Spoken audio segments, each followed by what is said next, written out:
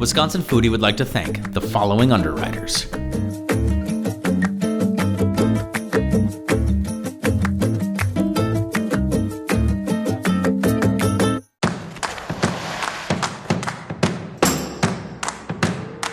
We are a collection of the finest farmers, food producers, and chefs on the planet.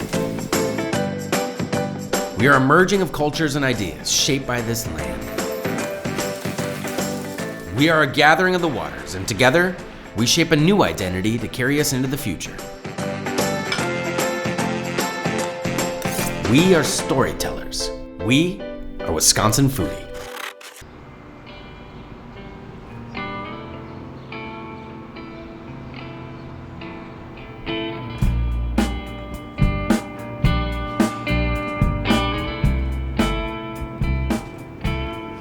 It's early in the morning here in Baroque, but I'm excited. We are getting ourselves packed up and ready to go. We have a dinner across the state in Milwaukee tonight that features some of the best chefs and the best people in the Midwest. We're gonna participate in Dim Sum, Give Some, a charitable event that benefits the Kennedy's Disease Association. It's hosted by a good friend and colleague of mine, Dan Jacobs, owner of Dan, Esterev, and Fauntleroy.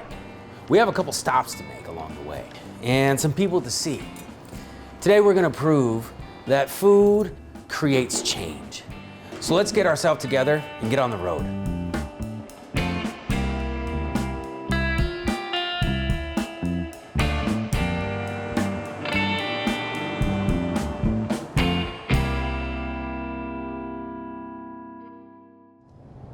We're driving to Madison. We've got everything packed up, and I need to hook up with David Gathie, the butcher at Conscious Carnivore.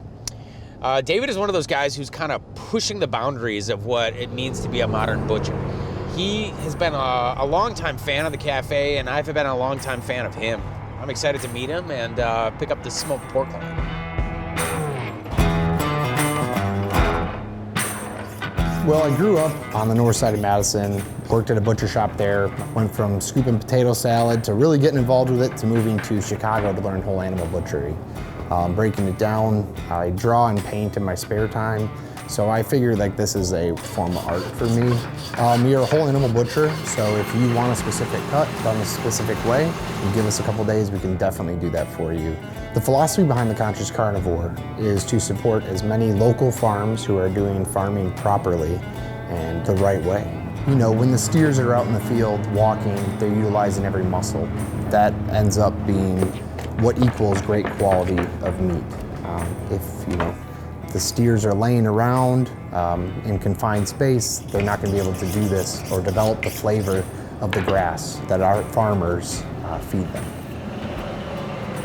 Honestly, a lot of times what happens is people just shop with us and then one day they'll just bring up that they're a farmer, and that, are we interested? So then we get this cool relationship going on where it's just kind of more than just a customer, From there, if it's, properly raised, humanely handled, done the right way, grass-fed, then, we can bring you in. We like to showcase, if, there's a small hobby farmer who does a certain breed of animal, we'll bring it in and showcase it in the case. And they really enjoy it when they can come in and see their name on the label, with their farm on it and their animal in the case. So we get beef, pork, chicken, lamb. Our favorite things to do is get different breeds, heritage breeds. We get red wattle in. It's very nutty, acorn flavors to it. And that's just based on the breed itself. So different flavors of different animals. With industrial farming, a lot of these breeds are disappearing, and there's great fat, there's great flavor with these breeds, so we would like to keep them alive. So Luke reached out to me wanting to do some really cool stuff, and we came down to smoked tenderloin, and they're guaranteed juicy and delicious. Hey, David. Hey, how's it going? Good to see you. Good to see you. How's it going today? Great. Great, yourself? I'm well, Awesome. Thank you. Awesome. What am I looking at back here? This is great. This is half of a Red Angus from Ryan Martin up in Hortonville, Wisconsin. That's beautiful. Yes, sir. So part of what I'm trying to do today for Dim Sum, Give Some is create a dish that has a shared reflection of the Wisconsin experience. Sure. What we did for you today is smoke some Berkshire tenderloins, made up a rub, consisting of mainly paprika, a little bit of brown sugar, and we smoked it 220 for 3 hours. Can we taste it? Absolutely. Cool. Yeah. Suspense.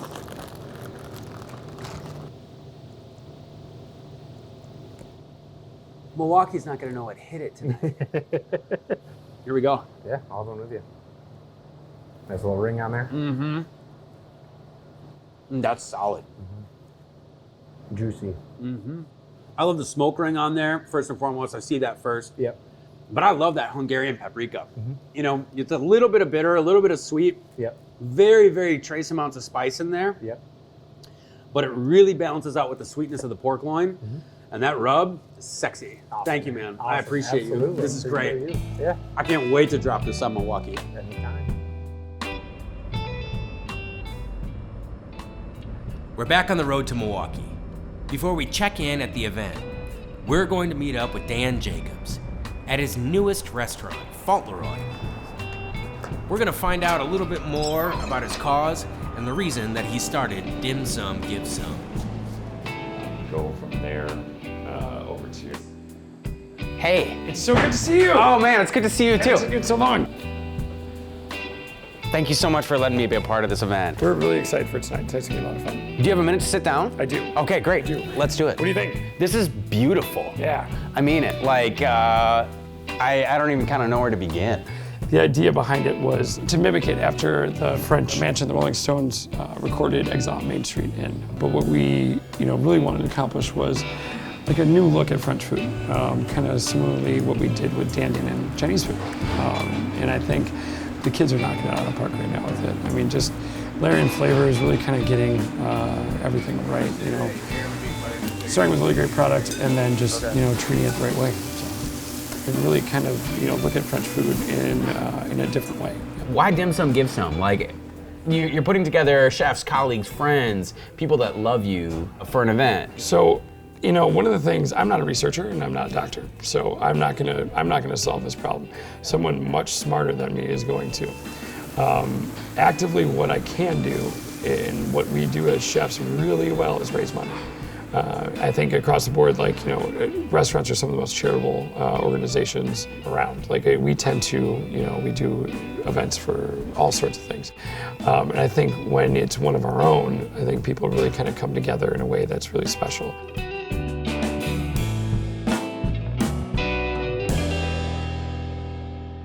I know that this is, it's extremely personal. Sure. And a little vulnerable. But can you talk to us just a little bit about your experience with Kennedy's disease? I think it becomes less scary when I talk about it. It becomes less, like this big looming demon. Every time I talk about it, that guy gets a little bit smaller. So Kennedy's disease is a rare neuromuscular disease. Basically, my neurons that control my muscles are smashed. So even though there's muscle there, basically the brain to muscle doesn't really, the connection's smashed up and it's broken up. Instead of, like yours are solid, go here to here, where this one's scattered like a shotgun shell, so it doesn't really hit, which will cause my muscles to slowly degenerate. So it's very similar to ALS, less aggressive, but in the same sort of vein where like I'm losing control of my right hand. I have a hard time buttoning shirts. I have a hard time tying my shoes. These are like basic life stuff, beyond being able to be in a kitchen and peel turnips or, open a jar. I can't use a can opener at all anymore because can openers are made for right-handed people. And it's like, I can't do this motion with any sort of force. So it's challenging, but I think out of those challenges come, opportunities. When it's your job to take care of people and see their expectations are met and exceed those expectations, I think that's what we do in the hospitality industry. How does it feel to have people who take care of you? That's an interesting juxtaposition, isn't it? I mean, I have to admit, tonight, there'll be moments where I'm really uncomfortable. Like where I'm going to feel like, oh God, this whole thing's for me. But it's beyond me. Like this is, we're raising money for research. And this is something, I don't think a lot of people know is that, my brother's daughter, who's 3 years old, also, she has this. A night like tonight is for taking that away from him, like making sure he doesn't have to have that conversation, because that's all I really want to do. Like to me, it's to me, it's not really about me. It's not really about him. Like she's 3 years old, man. This is unfair. And let's try and take this away from her. So tonight, we're gonna have a group of chefs that are gonna be doing appetizer stations for the cocktail hour, which you're one of the chefs doing the appetizer station. And then we have a group of chefs doing courses for the sit down. It's really kind of awesome because you're gonna look around tonight and you're gonna have Top Chef, Iron Chef, James Beard winner, James Beard winner, James Beard winner. It blows my mind every time when I ask people to do stuff and they're like, yeah, man, totally. It's humbling, it really is. And I have personal relationships with all of them, which is also something I think is really cool. And they cook really great food. And they're willing to donate their time and energy to this. So the first 2 years, consistently, we've raised $25,000 or more. This year, tonight, we're shooting for above 30 grand here, and then we have another event in June where we're shooting for above 20 grand. So I'm really hoping that this year we push that $50,000 to the KDA for research this year. That's awesome. Yeah. That's awesome. No, it's crazy, and it really shows how much, and this is one of the great things about Wisconsin, Milwaukee in general, the chef communities, is that no matter what, man, these guys have our back. The city of Milwaukee has our back. I feel so strongly in behind this city. Even though I grew up in Chicago, like this is where I live. This is like, I love Milwaukee. I'm 100% in, and I'm happy that Milwaukee's 100% in on me. Dan, I know you're a busy guy, and I gotta head over to the ICC here pretty quick. Yeah, we gotta make some magic happen. Exactly. Let's get it going. It's good to see you, buddy. I love you. Good to see you, bud. Thank you. Thanks.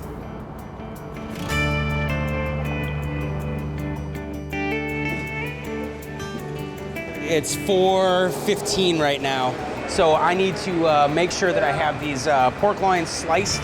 I'm gonna take a minute here just to do that, and be able to kind of get myself, or the mise en place, ready to go for the event. And then be able to tell the story, why this is important, why this is relevant to us, and why this is food, not only for the body, but for the soul, so we can raise some money for Dan Jacobs. Man, that's really good.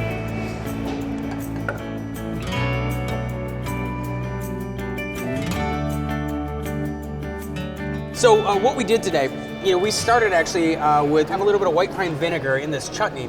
The chutney includes some rhubarb that I get from a farmer right now doing forced rhubarb, which means that it's grown in the dark. Oh, crazy.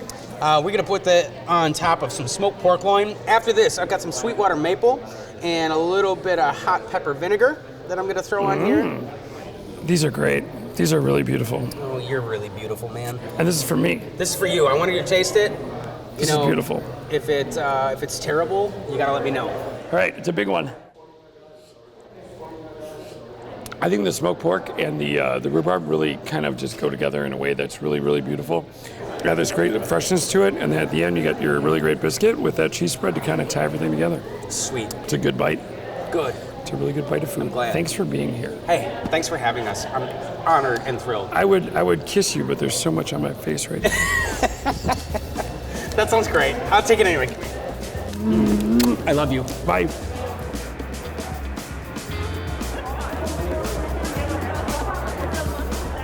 The energy in the room is unbelievable.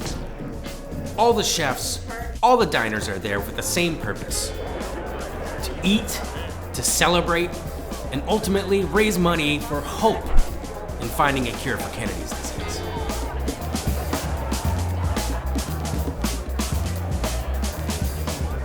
As the crowd eats to the appetizer hour and starts making their way to their seats, we're gonna head to the kitchen to get the lowdown from Dan Jacobs' culinary partner, Dan Van Wright. Can you talk us through your dish a little bit? We have a raw tuna, raw sliced tuna. Okay. With black mustard and fermented black garlic sauce. There's a basil sauce. There's a watercress on there. And there's a pickled daikon relish on there as well. Awesome. Yeah. All those ingredients like that, they're so familiar, but when you see the plate go out, it looks, so extravagant. How much does that Wisconsin indigenous food play into the way you approach cuisine? I grew up in Wisconsin, but I've also lived all over the place. My style of food is more run from all the travels I've done. I really appreciate you. I love you guys. Honored to be here tonight. Thank you so much. Thanks, buddy. Awesome. So on this plate, this is Chef Alex Seidel's creation.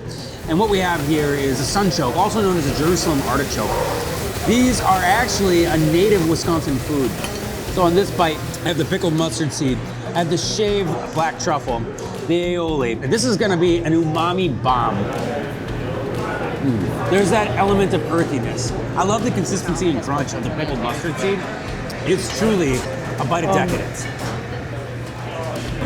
Tell us a little bit about yourself. You're a Wisconsin guy. Yeah, born and raised in Racine, Wisconsin. Nice. And you're in Denver now? Out in Denver for the last 20 years. Okay.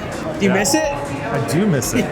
But it's so cool. I mean, look at all the great chefs that this city has developed, and it's good to come back and see these guys and have a lot of good times in the kitchen. Right? That's awesome. Tori, so how do you know Dan Jacobs? We met via a friend of a friend a while ago when he was at Wolf Beach. Okay. And I actually went and had brunch with him the day after I got married, and we've just been really close. And it's one of those things where, like everyone else, I found out that he had Kennedy's via Facebook, and it's just one of those things where I was like, we know what he goes through every day, as chefs, and that guy could call me up, and I'd be here anytime. I hear that, for sure. Tell us a little bit about your dish today. Well, we made bibimbap, which is my favorite, but we basically just wanted to do just the crispy part at the bottom of the rice. So we just seared that off, and then we built the rest of the dish on top of it. Texturally speaking, this dish lights it up. That crispy fried rice, the softness and bitterness and spiciness of the kimchi, creamy richness of the egg, and that subtle sweet flavor of king crab. It's no wonder Troy Miller is regarded as one of the best restaurateurs in America. How do you know Dan Jacobs? We worked together, let's see, so I said I'm 42. We worked together when I was 24 maybe. Okay. Like a really, really long time ago. We worked at Spring Restaurant in Chicago together. Sure. What did you put together today? We brought crispy beef short ribs, so we braise them and then cut them and then fry them. And somehow frying them makes them like come out a little lighter in some way. Okay. And we put them with a salted caramel sauce. It's like my favorite thing. I love it's Vietnamese inspired, so we take caramel, add fish sauce, malt vinegar, a little bit of Dijon and sambal, and just give it like this little sort of funky twist. That sounds gorgeous. And then there's pickles all over the top. Thank you so much for coming out. Thanks for supporting the Dim Sum Give Some, and it's an honor to meet you. Nice to meet you. Thank you. So I'm looking at Chef Stephanie Izzard's deep fried short ribs. This is one of those dishes that I'm not quite sure if it's best to taste in segments, in individual pieces, or all at once.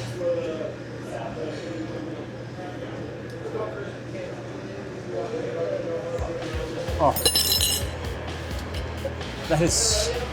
that's ridiculous. This dish is literally a masterpiece. It's one of the best things I've ever eaten. A dish between Chef Adam Siegel of the Bartolotta Group and Andy Hatch has all the makings of a culinary masterpiece. Adam Siegel has long defined the culinary traditions of Milwaukee with owners and partners Joe Bartolotta and Paul Bartolotta. Andy Hatch is the most awarded and decorated cheesemaker in American history. Let's give it a try.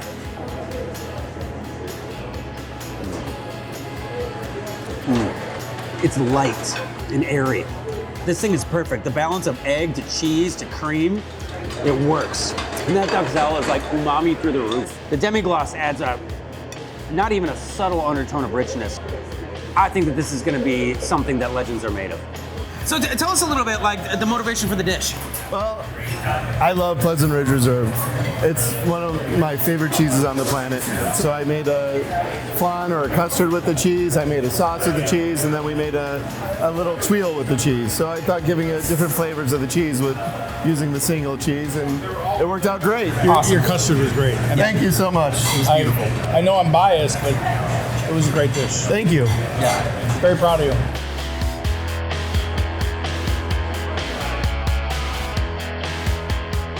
So Justin, all the culinary talent in the room tonight, what's that like for you? I have so much respect. Like, I love the restaurants of like everybody that was here tonight. Mm-hmm. You know, so I still get starstruck in these moments because it's like, oh my God, like I love what they do and I love what they do, and like it's great. So just that environment, you know, there is no pretense, there's no ego, there's no room for that. You know, it's just cook good food, make people happy, and you know, try and have some fun while you're doing it. So the dessert tonight was inspired by a Lebanese recipe, and it's flavors I really love together and give people something really special for such a great occasion tonight. Sure. In this dish, we have a honey saffron cake, labna ice cream, fig preserve, and a little bit of labna cream as well. This is gorgeous. I really, want to thank all of you guys for being here tonight. For you guys to be here means so much to me. Thank you. Volunteers, thank you so much. And ICC and Bartolotta's, thank you so much for doing this. And guys, thank you for donating, being here. It really means everything.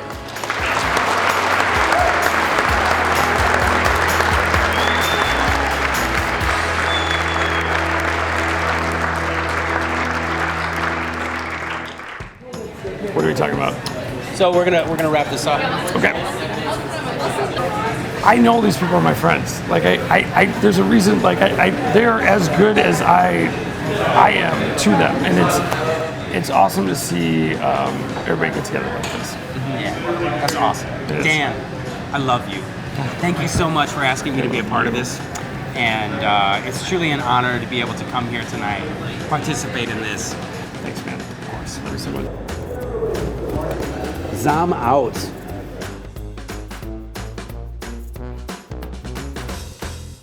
Wisconsin Foodie would like to thank the following underwriters. Introducing Organic Valley Ultra. Milk with more protein, half the sugar, and no toxic pesticides.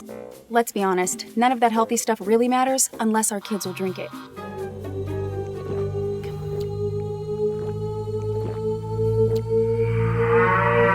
Yeah, I would drink that. Did you hear that? She would drink that! Parrots are weird. More protein, half the sugar. Organic Valley Ultra. The dairy farmers of Wisconsin are proud to underwrite Wisconsin Foodie and remind you that in Wisconsin, we dream in cheese. Just look for our badge. It's on everything we make. Employee-owned New Glarus Brewing Company has been brewing and bottling beer for their friends only in Wisconsin since 1993. Just a short drive from Madison, come visit Swissconsin and see where your beer is made. Wisconsin's great outdoors has something for everyone. Come for the adventure, stay for the memories. Go wild in Wisconsin. To build your adventure, visit dnr.wi.gov. From production to processing, right down to our plates, there are over 15,000 employers in Wisconsin with career opportunities to fulfill your dreams and feed the world. Hungry for more? Shape your career with these companies and others at fabwisconsin.com. Specialty crop craft beverages use fruit grown on Wisconsin orchards and vineyards to create award-winning ciders and wines. Wisconsin's cold climate creates characteristics and complexities that make this craft beverage unique to our state. Society Insurance. Freshwater Family Farms. J. Henry & Sons Bourbon. Something special from Wisconsin. Marcus Hotels and Resorts. Central Wisconsin Craft Collective. 91.7 WMSE. Edible Milwaukee Magazine. Also, with the support of the Friends of PBS Wisconsin. For more information about upcoming Wisconsin Foodie special events and dinners, please go to wisconsinfoodie.com. Still hungry for more? Get connected on Facebook and Instagram. And also make sure to subscribe to our YouTube channel, where you'll find past episodes and special segments.